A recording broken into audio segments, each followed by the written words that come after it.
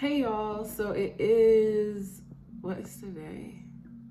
It's Sunday. I'm gonna be doing those Seitan recipes for you guys, and right now I'm just waiting for this Zoom to start. I have a little Zoom meeting with my partner for month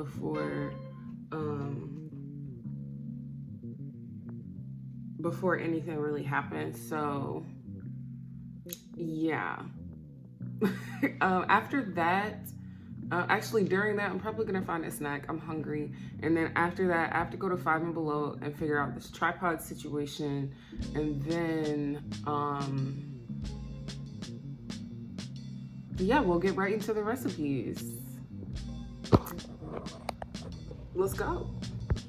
All right, y'all, this is going to be a little voiceover. I'm still trying to figure out what method I would prefer, but we're starting with some red wine, a little bit of balsamic vinegar, some amino liquids, and a little bit of lime juice. I thought I was going to make this last night, which is why it's already in the glass, but all the measurements are down below in the description. So just be sure to check that out for any specifics if I don't mention it right now in the video.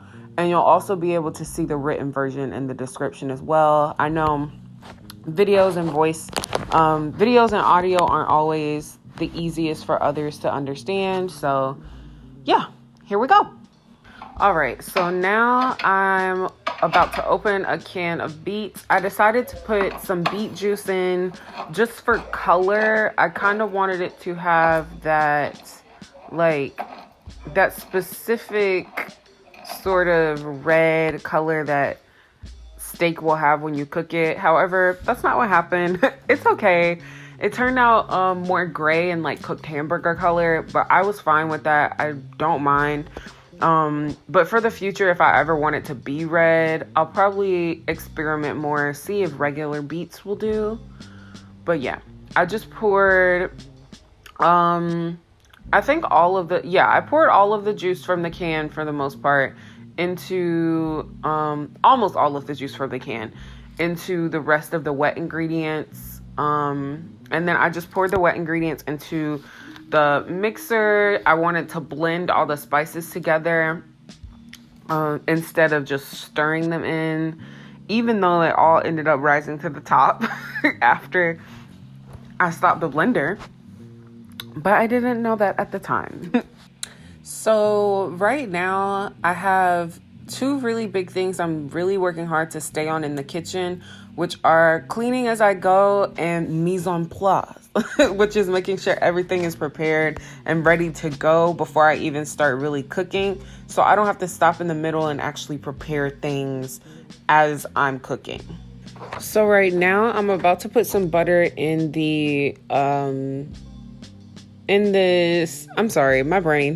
this measuring cup. It's been a really long day, but I'm about to put this butter in this measuring cup. I want it to have sort of a really rich flavor. So that red wine and this butter will help with that. It's also vegan butter, and the wine I use is also a vegan wine. I can put the one I used in the description. But yeah, I want that richness, and really, I think the best thing about flavor combinations and making your own recipes is just knowing the flavor profiles of certain ingredients can give you exactly the taste you're looking for when you make a dish.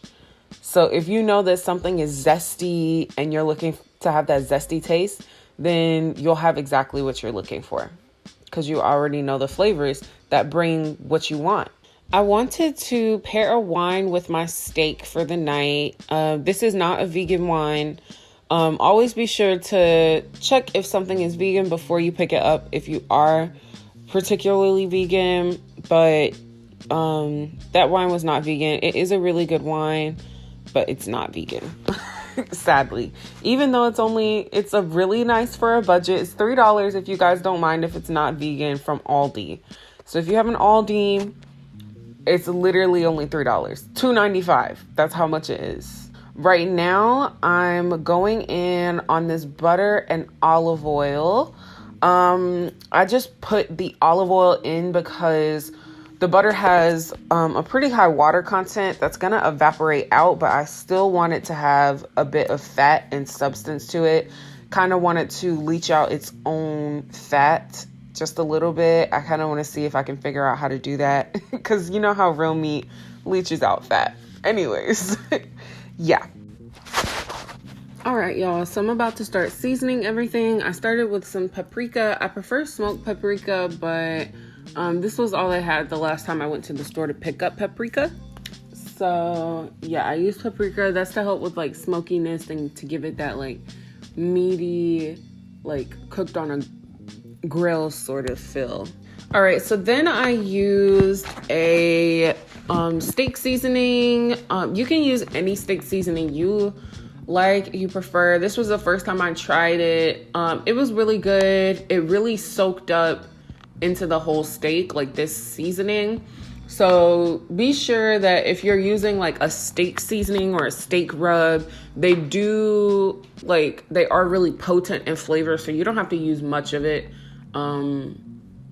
Yeah. All right. And then I used a salt-free seasoning. I just used the Mrs. Dash table blend. You can grab any salt-free seasoning you like. I honestly prefer the vegetable salt seasoning. I believe it's by McCormick, but this is the only one I had in my cabinet at the time.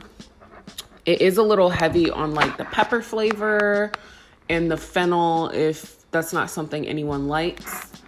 So now I'm just trying to get my food processor up to blend everything. And after I blended this together, I realized that I probably should have just mixed all the dry ingredients together, like the flour and then all the seasonings and then all the wet ingredients together. Because when I mixed the seasonings into the wet ingredients, they kind of just separated and floated on the top. Instead of actually incorporating inside each other. So yeah, that is a recommendation I have if you guys do decide to make this. Probably instead of blending or mixing the seasonings into the wet ingredients, just mix them into the dry ingredients so you can make sure they're fully incorporated. All right, so the next thing I'm going to do is go ahead and measure out this flour, the seitan flour, and the flour is Vital Wheat gluten. And if you don't know about Vital Wheat gluten, it's basically all of the protein from wheat. They used to make it by like mixing a dough and then washing the flour until it was really tough. But now you can just buy the Vital Wheat gluten that's already been processed for you, and you can make whatever you want with it. I have made in the past fried chicken with it. I've made steak, ribs. What else have I made with this? I've made a lot of like faux meat products with this. And it's really good. You just season it however you want to season it. It's not a bread flour. I wouldn't suggest trying to make like a loaf of bread with high protein. Like, this isn't the flour to do it. This meat will literally change texture into like into like a meaty sort of thing. So it's not something to like make bread or baked goods with. And now that I've measured out that flour, I'm just going to mix all the wet ingredients and the flour in a separate bowl, because it's going to make it much easier for me to knead it afterwards. You do have to knead this for around 8 to 10 minutes. I do closer to 10 because it does give it that firmer, meatier texture.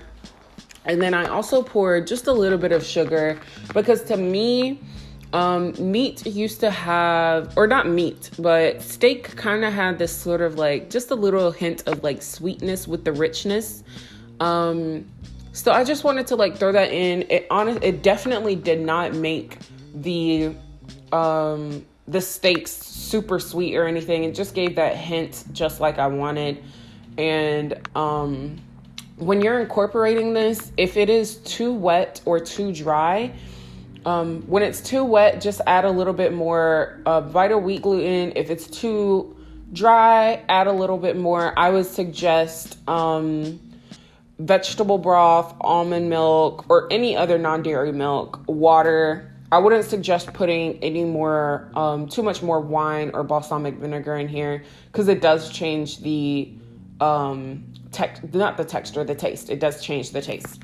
But besides that, just make sure you mix it. It's gonna be the consistency of, it's a kind of a different texture than any other doughs I've ever made.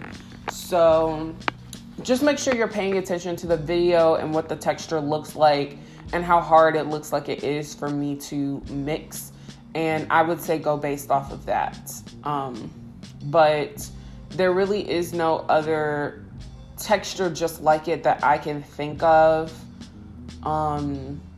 It's pretty tough. It's a pretty tough dough. So, yeah. All right, so this dough does look a little dry here, but if you continue to watch me mix it, you see that it actually turns out to be a little bit wet. So make sure you actually fully incorporate everything before adding any liquids or dry ingredients, because I did actually need more flour, and originally I thought I was going to need more liquid. So do pay attention to that. Make sure you incorporate everything before you assess whether or not you need more dry or wet ingredients. All right, and now I'm about to start separating the seitan into steak-shaped pieces. So to do this, I just take off a little bit, and be conscious of the fact that if you do decide to use the boiling technique, this will expand. So I used two, and I'm not talking about the first boiling technique. I'm talking about the second boiling technique, which I used for the steak the second time I cooked it, which is honestly the preferred technique. So that I feel I like the texture and the taste of it better when I double boiled it. So the first boil, everything is covered, nothing is accessible to the water. And then the second time I boiled it was to give it a bit more plumpness, have the meat be a bit softer and not as tough. It was honestly kind of tough, like the texture of salami, and I wanted it to be a bit softer than that. So the second time I boiled it, I didn't wrap it in anything. I just left it as it was. And the reason you boil it the first time is to actually cook the meat and everything. Otherwise, it would basically still be a dough. You would be biting into dough if you didn't really bake this or boil it at least once before you decide to do anything else with it, or if you chose to use that as the main cooking method. Because the way I boiled it, this same recipe could be used for like hamburgers or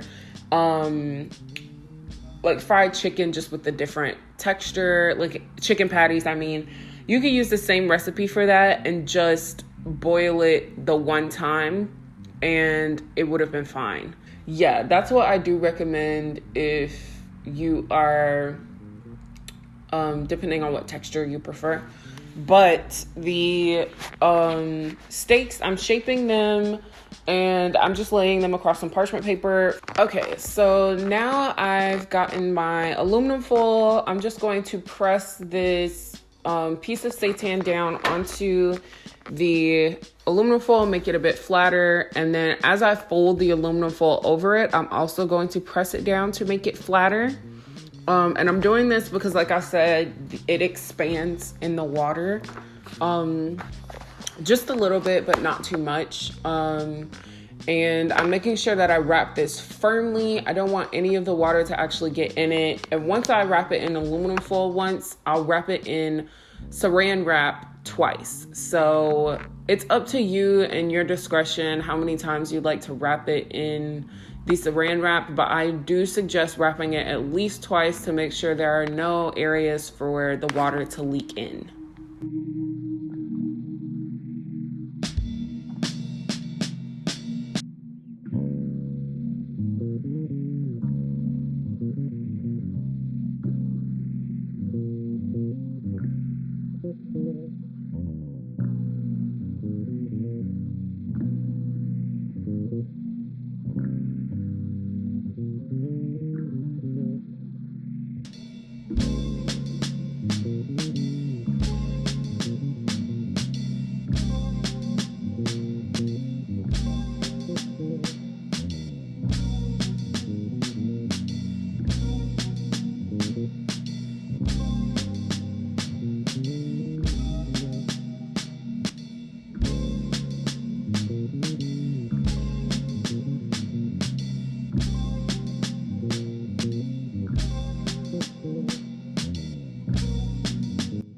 Okay, so now I had already put on the water to boil, and actually I don't want it to boil. I put it on to simmer, and I want it to stay at a low simmer or medium simmer for the most part, until everything is done.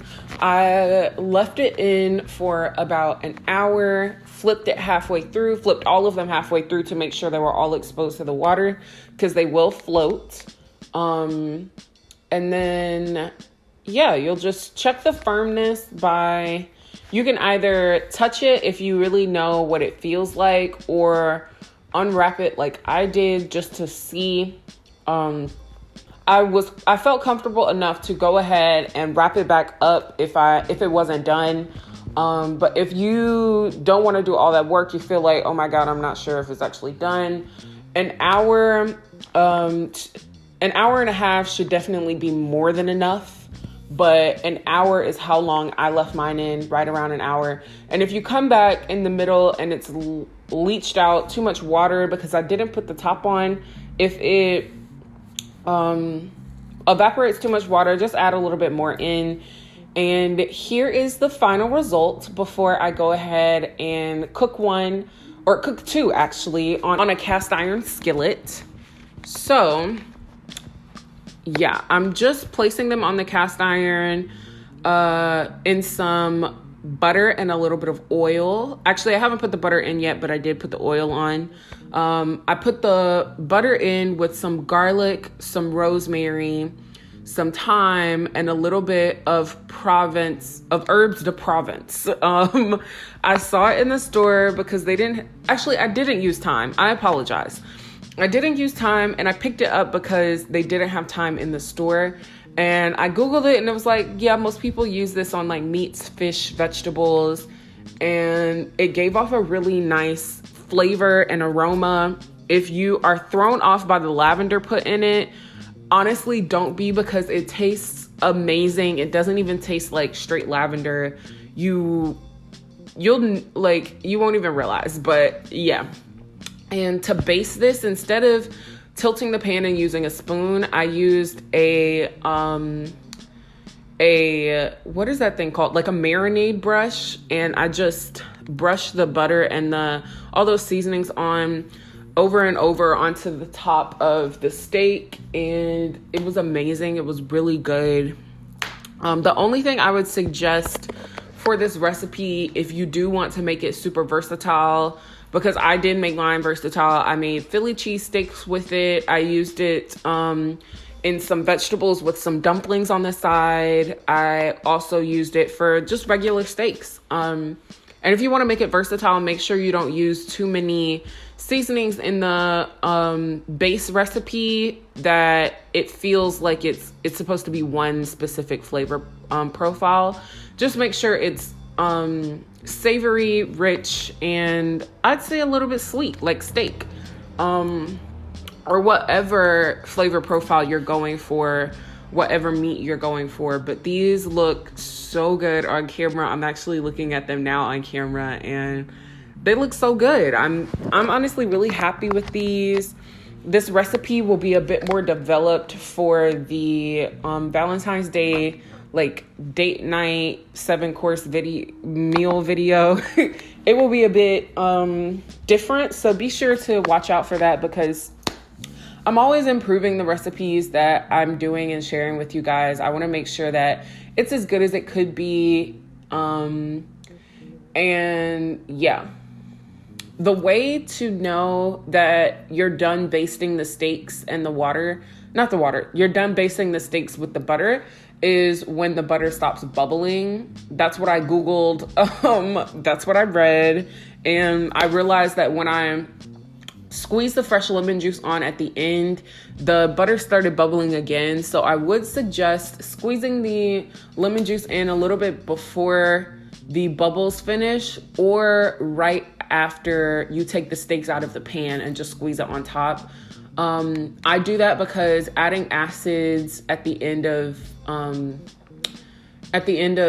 cooking a certain entree or dish really brings out the flavors and just enhances everything. So yeah. this was the Seitan recipe video. I included the steaks I made as well as a picture of the Philly cheesesteaks I made. But if you want how I actually made them, be sure to check out my what I eat in a week video. It will definitely be up shortly, but how I actually made those step by step is in that video. So be sure to watch it. Thank you for watching. I hope you guys enjoyed. I hope you learned something. I know I did. And make sure you like, comment, and subscribe. When you subscribe, hit the bell notification so you know when we upload, which is every Sunday, Wednesday, and Friday. And I hope you all have a wonderful, wonderful, wonderful day.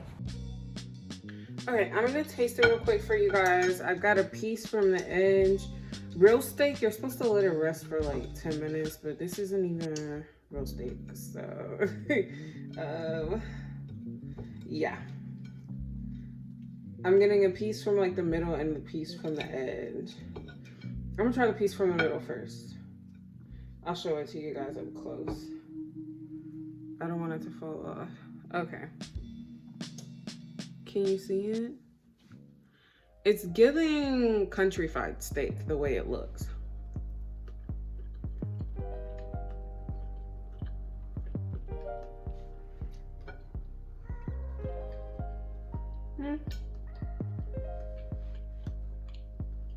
It's good.